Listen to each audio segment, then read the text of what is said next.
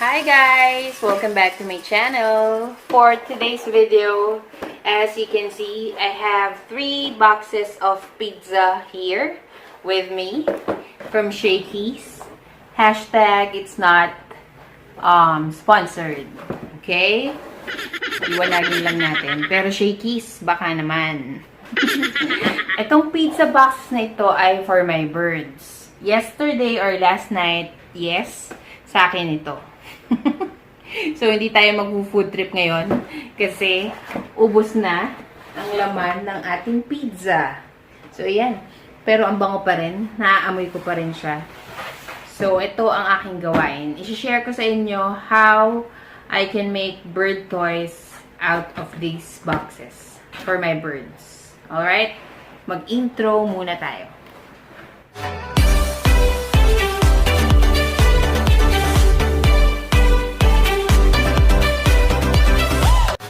Okay, we're back.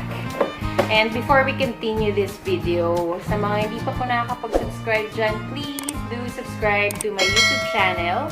It's just down below the red button. And do not forget to hit the notification bell para updated kayo sa aking mga videos or kapag ako ay naka-live. Maraming salamat! So, ayun. Ito, used but clean boxes for my birds. Pwede nyo rin siyang paarawan before nyo gawin ang lahat. Pero ito, naaamoy ko pa rin siya. Bango-bango pa rin. Pero yun, pwede nyo rin paarawan just to make sure na mas malinis din siya. Of course, hindi pwedeng basahin. Kasi nga, it's a paper or carton or box, diba? So, ayun. All we need for today ay scissors.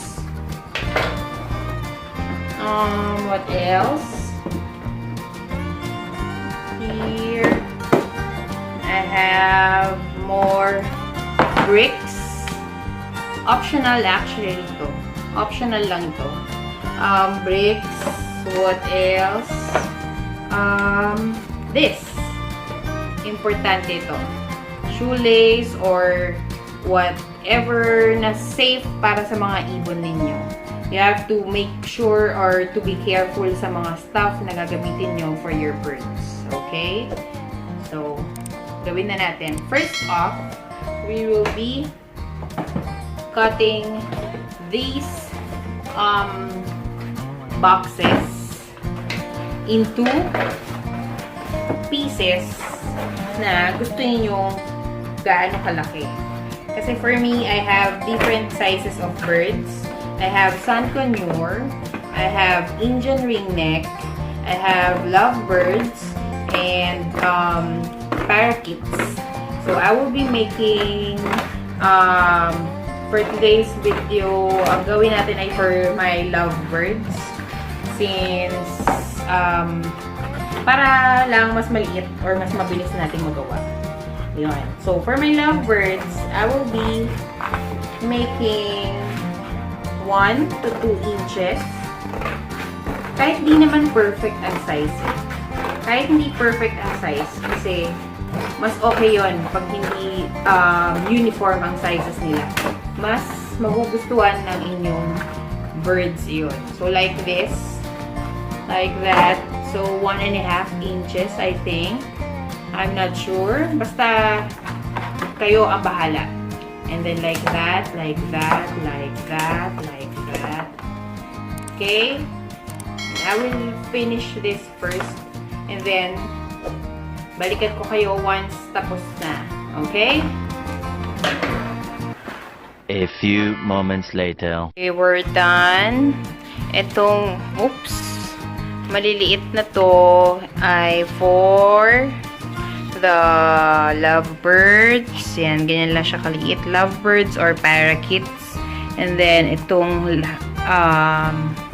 malalaki ay for the Conure and Indian Ringneck. So, ayan. As you can see, mas malaki to. Ito. Ayan siya. And then, ito yung pang lovebirds or small birds. So, I changed my mind. Gagawin muna natin today ay for the bigger birds or for the medium birds like sun conure and Indian ringneck. Alrighty? Okay, we're back guys. We're done cutting into pieces yung 3 boxes kanina. And yun na, pinakita ko na sa inyo kanina. And the next step would be putting holes at the middle of each piece. Okay? So we have to put holes so we can insert the shoelace or the thread that you are going to use. I will be using this. So you have to be careful ha. Sa kids, ask help sa mga adults or to your ate, kuya, and parents. Ayan. So, yan lang. Enough na yung ganyang hole.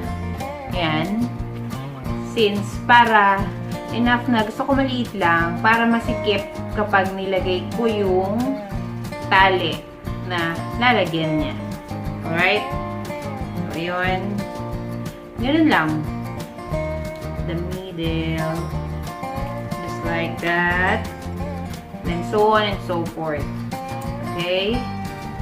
So, balikan ko kayo once tapos na. And, eto na pala yung kanina sa ito na yung sa for the small birds. Since kakagawa ko lang naman sa kanila, I think last week, kakagawa ko lang sa kanila. So, gagawa ko na lang this time is yung mga bigger parrots or bigger birds. So, ito, tatabi ko lang ito. Alright. So, let's continue putting holes at the middle.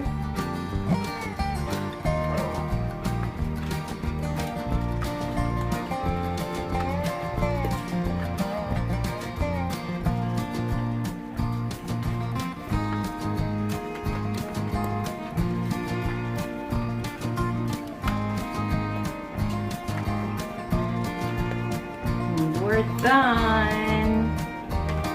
Okay. Oh no. That's 2. Alrighty. Okay na? So we're done putting holes. Next would be the string. What shall I use this time? And regarding this pala, do not worry about this. Because these are wooden, I don't know how to call this. Basta wood to. And yung color nito is kid safe. So this is also safe for your birds. So you have to be particular din sa ganung coloring, okay? Kasi ito, kid safe naman ito. Kasi ano to eh, ano ba to gamit? Jenga, parang ganun, Jenga. Pero, ang ginawa ko ay for birds. And may holes na rin siya. Ayan, makikita ninyo. Marami na siya. Marami na akong, ayan, nabutas na dyan. So, whatever I wanna do, meron na. So, ayun. Okay, let's just use this para maiba naman. So, better kasi kung merong pointed na ganyan. Ayan. Ayan. Yan, o. Pointed. Para easier magsuksok. Okay, so I have 6 na meron na holes. So, dyan ako didepende. Tayo, sakto. Meron siyang yan. So, yan, o. Insert ko lang siya. Yun. Then, I will put lots of holes here. Eh, pwede din ako maglagay ng nito. Ganito na lang. Here. There. There. Ito yung bottom, ha? We'll just inform you na bottom ito. Okay. And I will put holes Sorry. Not holes. Not.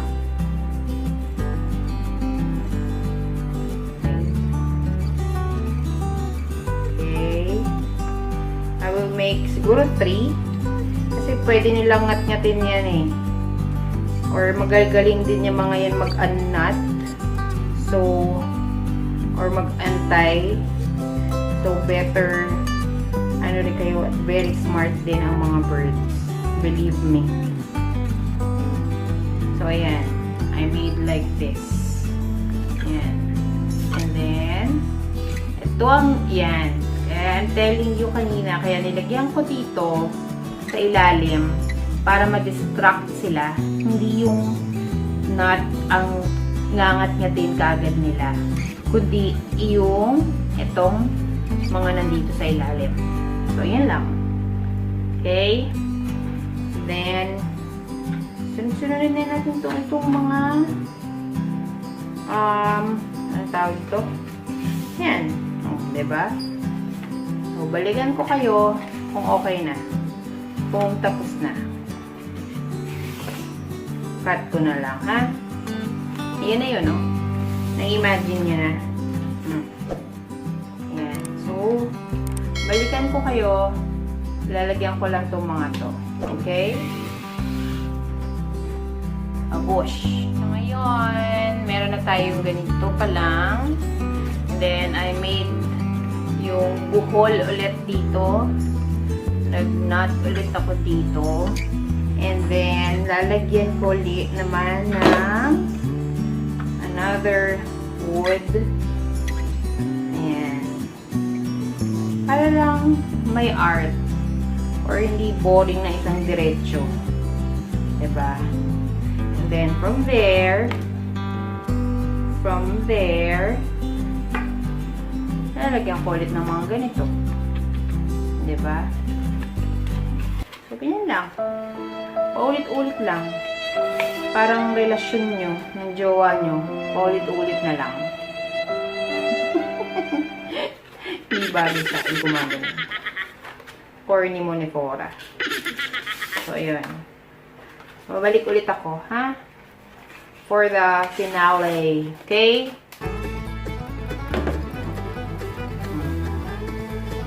Okay. We're done.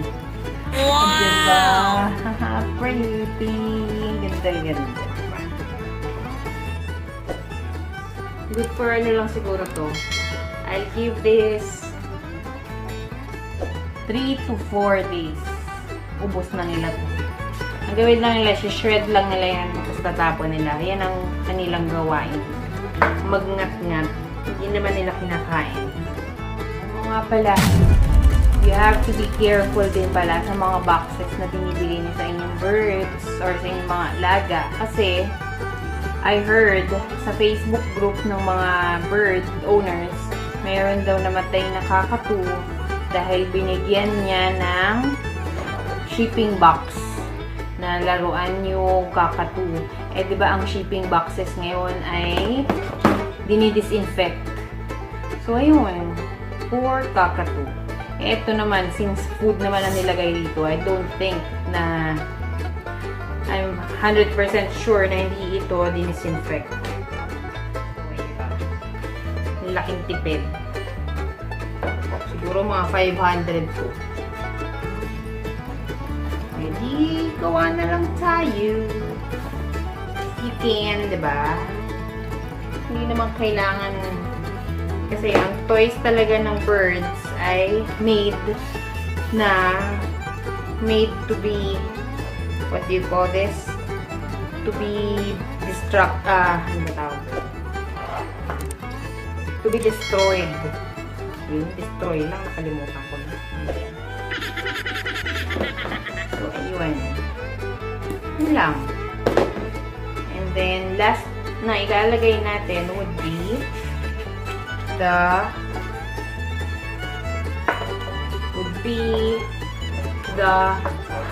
hook. O, diba? Ang ganda. Pakita ko sa inyo tomorrow. Nalagay ko na lang dito is yung hook. Yung hook na lang. Okay. So, here, ang hook na kakailangan na natin. And you have to remember na you have to use, for bigger birds, you have to use hooks like this na merong lock. Kasi it's deadly daw. Kasi may pwedeng mangyaring, pwedeng mangyaring paglaruan nila and then matusok yung mouth nila dito. And then they'll get stuck dun sa anong yan. So, kailangan yung may lock. Pinakamasikip letter. Okay. Gagawin natin.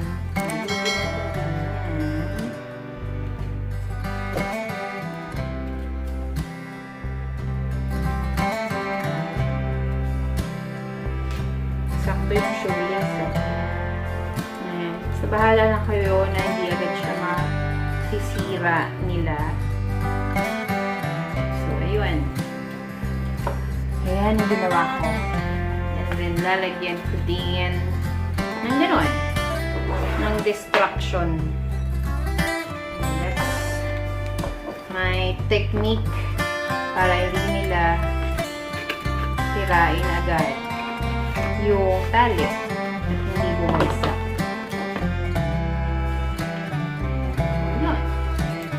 Diba? Ayun na. Ayun. That's it. Diba? Ay, ang ganda. So, tomorrow ko nilalagay ito at tulog na sila. It's 1:30 AM ngayon dito sa Pilipinas.